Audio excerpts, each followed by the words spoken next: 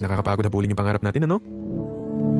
Nakakapagod habulin yung pangarap natin, tapos minsan there would be days na parang ang hirap-hirap niyang abutin. Pero reminder lang, hindi mo kailangan masagot lahat ng tanong sa isip mo ngayong araw na to or ngayong gabi na to or kung anong oras mo man to napapakinggan ngayon. Hindi mo kailangan masagot lahat-lahat agad. Paunti-unti lang.